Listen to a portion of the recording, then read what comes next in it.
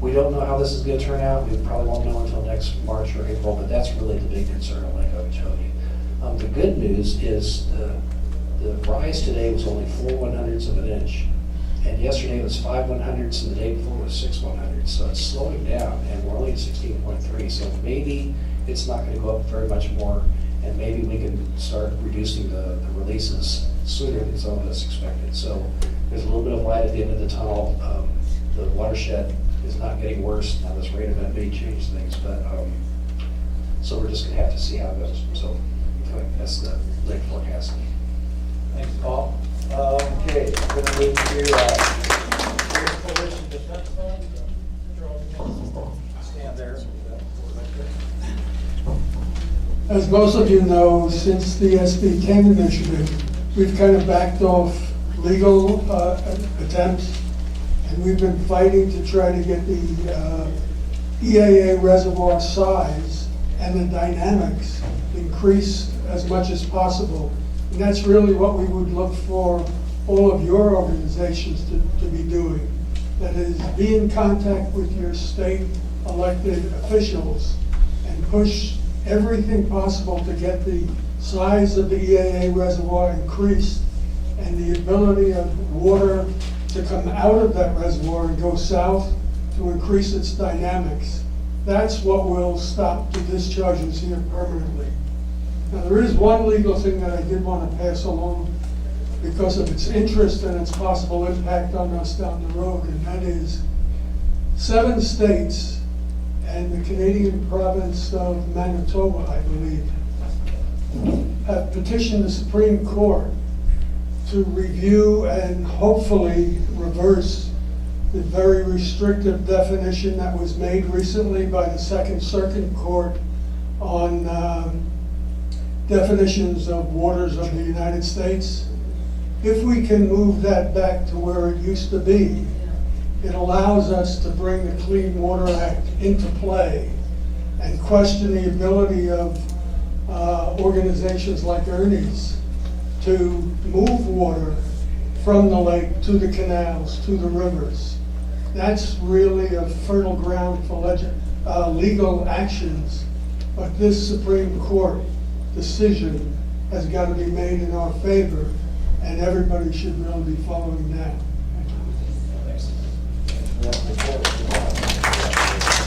Okay, next to the last item is on the local issues. I know that if you haven't seen our water quality map, had it up on the board earlier, the conditions are pretty destructive in the estuary. And that is because not only the turbidity and salinity conditions have dropped, but also the dissolved oxygen. Dissolved oxygen is in the water. That's what fish breathe. You and I breathe it from the air. They breathe it from the water. And when it drops below 5 milligrams per liter, it gets very destructive. And in fact, it was down to probably about 1.8, 1.5, 0.4 milligrams per liter, 3.1. Those kind of numbers are showing up in our water testers. Somebody like Jim and others are water testers. We really appreciate. There are 40 water testers that weekly sample the water, and so we're kind of keeping track of that. Again, hoping that the lake discharges stop. We've got about as reported, about 2 billion gallons a day is going out through the St. Lucie and Caloosahatchee, about 2 billion gallons a day, and that 16,000 CFS relates to about 10 billion gallons a day coming in. So unfortunately, Paul's saying, well, the rise might be slowing down a bit, and that might be helpful. Also, we produced here's a salinity map for Roosevelt Bridge. Oh, there you go. Thanks for finding that. Wow, great. I knew I brought it in. And you can see we had a big drop there in June, middle of June. All of a sudden, we got these huge rains, and a lot of that's not from the lake in June. That was from local canals like C23, C24. All that watershed dropped all that rain into the estuary in a big event, and it dropped the salinity almost down to 0.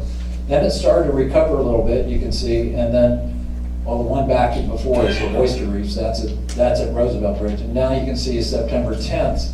We can see it drop all down to 0, and it's pretty much flatlined at 0 at Roosevelt Bridge, and even all the way out to Manatee Pocket. In some cases, the salinities are down to 0. The next one down shows the seagrass kind of relationship. After 14 days below 9 parts per thousand, seagrass starts to get really impacted.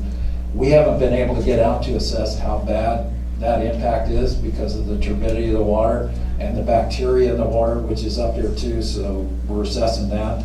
Along with our water quality report, the county health department, as Diane Hughes mentioned, publishes their results of the 4 stations in the estuary, and as well as the beaches and the Stewart and Jensen causeways.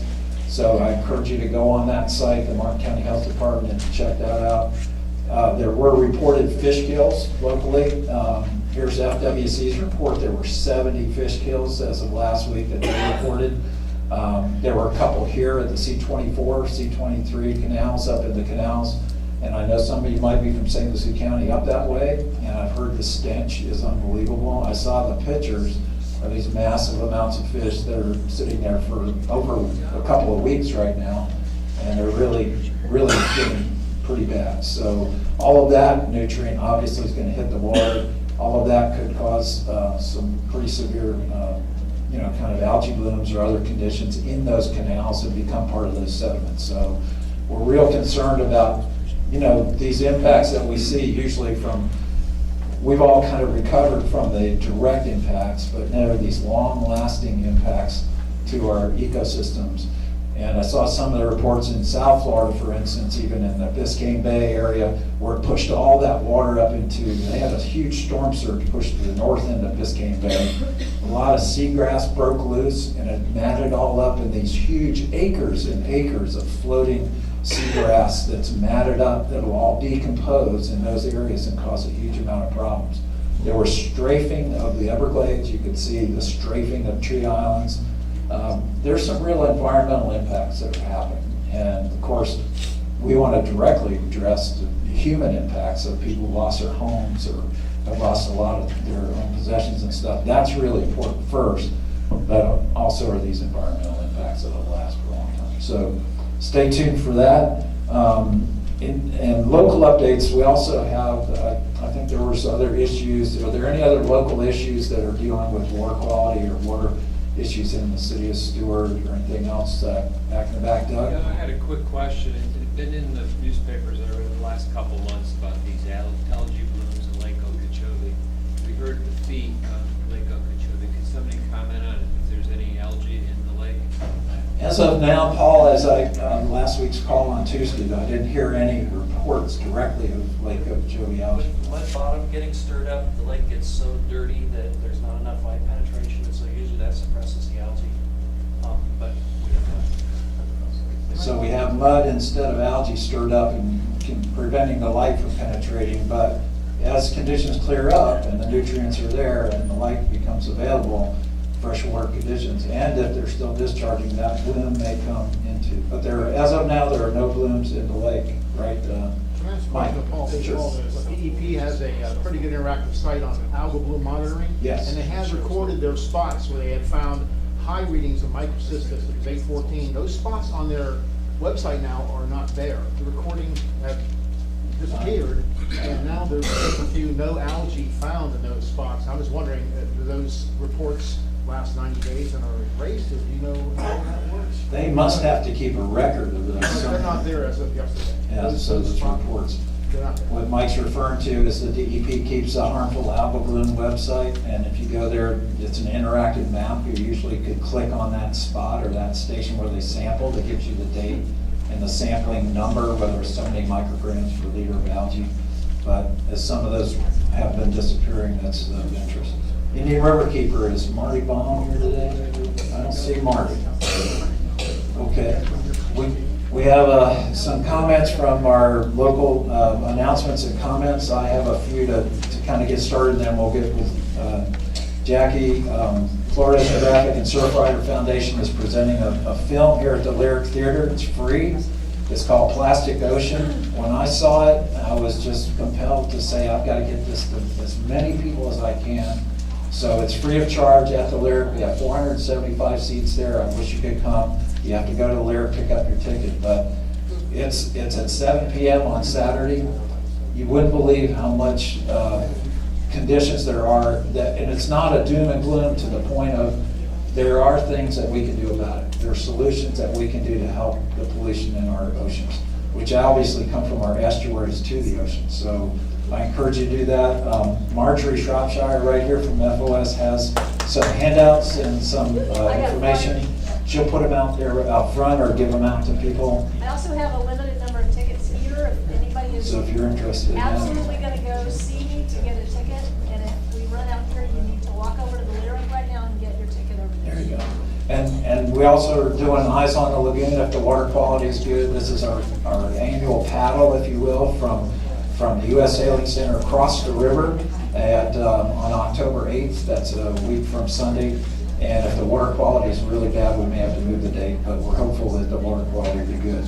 So if you're interested in that, sign up. And then, Sherry, you put around Aliki Moore-Creek, who's from the Conservation Education Fund. She's speaking at, this is in your seat, it's at the St. Lucie County Yes, Conservation. Conservation Alliance is sponsoring Aliki Moncrief. She is the force behind the passage of Amendment 1. And we're very lucky that she's coming down. She will be here October 11th, and on the flyer, she's at Indian River State College, Wednesday, October 11th, starting at 7 o'clock. She is reported, I have not met her, but have heard she's a very good speaker and she's a very good strategic thinker. We do know that more than 70% of people voted to pass Amendment 1. However, the voters' will has not been implemented. So this is a good, important event to come to. Yeah, so when they get, the date again is October, Wednesday, October 11th. Wednesday, October 11th. At Indian River State College. Iris. I've got more flyers that you all had it on your. Great. Thank you. Thank you very much. Now, Jackie or other members have announcements? You just said before, there are local issues that we should pay attention to. And I'm gonna sound like a broken record because I'm always talking about how we need to listen to and be very careful about how we grow in relation to our water issues. If the people north of Okeechobee had had some comprehensive plan that would have prevented getting rid of all the wetlands and paving over everything, we wouldn't be having the problem we're having now. This is a long-term issue, and right now, the commission is working on EAR, which is an evaluation of our comp plan. And there are some proposals that make me very nervous that will affect our rivers, and I wish that you people would pay attention to the growth issue. Thanks. Absolutely. Okay, so growth issues, let's give that some focus, and if you have ways to find out that information about EARs or other amendment processes, see Jackie or see the county, ask Diane Hughes how to get that information off the website, and where those meetings are happening in the local planning agency or the county commission. As she said, there are some specifically relevant to our environment, particularly the river and waterways. Another announcement from a member. Yeah, there's a National Estuaries Rally on Saturday over at the Roosevelt Bridge from 10 to 12 for those who are interested in attending. And that's the National Estuaries, and of course our St. Lucie is one of those. So we're all going to try and go out and make an appearance to support our St. Lucie River. Paul, northeast side? North side of the Roosevelt Bridge. So north side of the new Roosevelt Bridge? Yeah. On the north side of the new Roosevelt Bridge. PA barbecue. At PA Barbecue. Right. Everybody's gonna meet there at what time? Between 10 and 12. Between 10 and 12, and then go walk up on the bridge? Is that the- Yeah, we're going to be all on the bridge, and just making people aware of our estuary. Okay? And it is National Estuaries Day on the 30th, which is Saturday. Again, when we show the film, we also have half-price admission out at the Coastal Center on Hutchinson Island for anyone who hasn't been there. Come on out, it's half price. Bring your friends. We're celebrating National Estuary. As Paul mentioned, the St. Lucie River and Indian River Lagoon is a national estuary significance. We have the executive director here. Might say a final word or two is Dwayne DeFries. Dr. Dwayne DeFries, please welcome.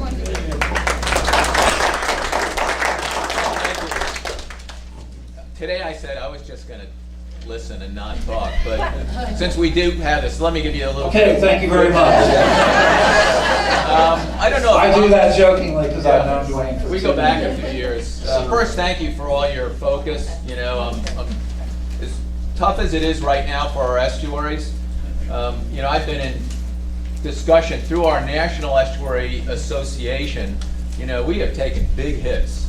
In Texas, Puerto Rico, the devastation is at levels that may be unprecedented on anything we've seen in my lifetime for sure. And so I almost think, you know, we've been blessed a little bit that this wasn't worse than it was. But I do want to give you some good news. I don't know if Congressman Mass' office is still here. You know, 6 months ago, we were worried that the National Estuary Program, which is 28 estuaries dedicated by Congress as estuaries of national significance in the Clean Water Act, were possibly going to be totally unfunded and this program terminated. And because of efforts both in the House and Senate, but particularly the House, our Congress representatives across the board, Democrat and Republican, have come together. We are in the budget for full funding in the House Interior budget. We have been meeting quarterly. There is now a National Estuary House Caucus. I think 32 members are actively participating.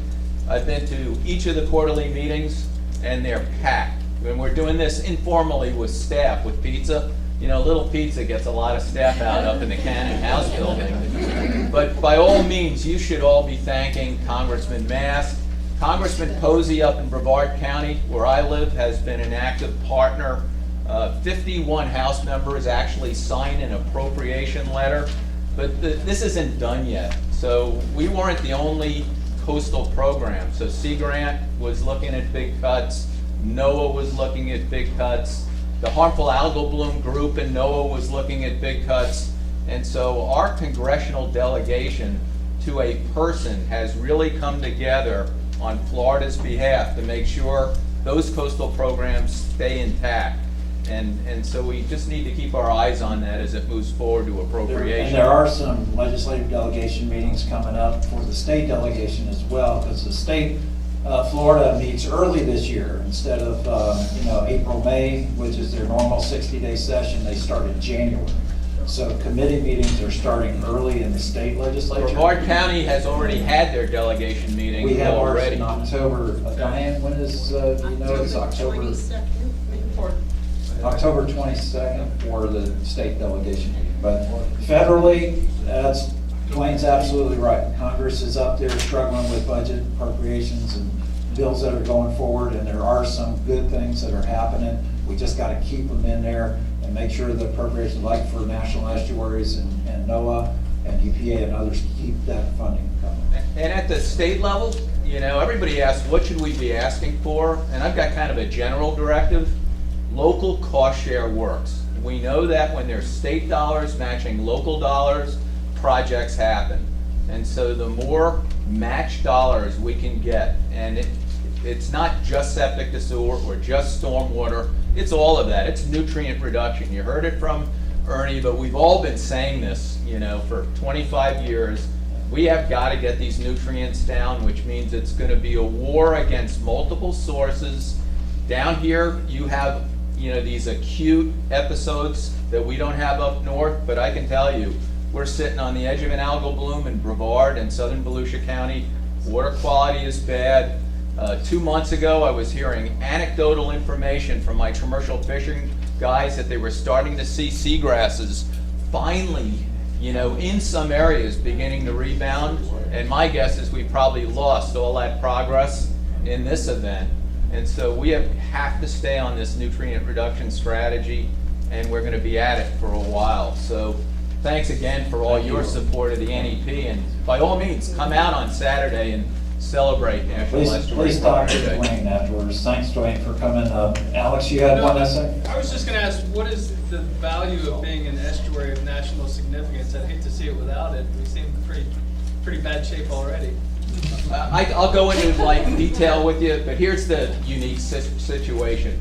There is no program in the nation that has federal, state, local, and individuals working in a management structure where there's a quality to define a management plan for an entire estuarine watershed that's non-regulatory, locally driven, community involved. And so when you look at these programs that are very modestly funded, for example, for the lagoon, we are the only entity that has a management plan for the entire 156 miles of the lagoon. Now it overlaps into what you saw today, so SERP and SEP connect with those connected waters. But there is no state plan for the Indian River Lagoon. We have BMAPs that do certain pieces. We do a comprehensive conservation management and action plan. Many people in this room have been engaged. We are starting, in fact, we're in it now, an update of the 2008 plan. We're thinking we can get a draft to public review maybe in 12 months. Usually it takes 2.5 years. We're fast tracking because this system isn't the system that I've known, up until 2011, the super bloom. So, if you have additional questions, I can give you all sorts of information. Great, thank you, Dwayne. In closing, want to make sure that we introduce Barbara Osborne. Barbara is our new administrative assistant. So if you have information that is not correct on the email listing or any other kind of contact information, again, see Barbara. We're also going to get some name badges instead of these placards, so everybody comes into a meeting has name badges. And make sure we've got the right representation, good alternate available. Barbara, do you have anything? Yes, it's my privilege to be part of this group. My husband and I have been active. We live on a sailboat in Sunset Bay Marina, so we are firsthand when we see the discharges. Since we're coming out with a third version of the River Kids Workbook, there are older versions back there. Please take them. If you have any young children in your life or grandchildren, take them and take bumper stickers. Take the rolled up advertisements that we put in the Stewart News. Let's get very vocal and visible in our community. Get louder. Thank you. All right. Thank you all for coming. We're right on time. I have a couple of these Stewart News posters, if anybody wants one. They're self- Make it through the storm okay on the boat? Yes, we did. Oh, good.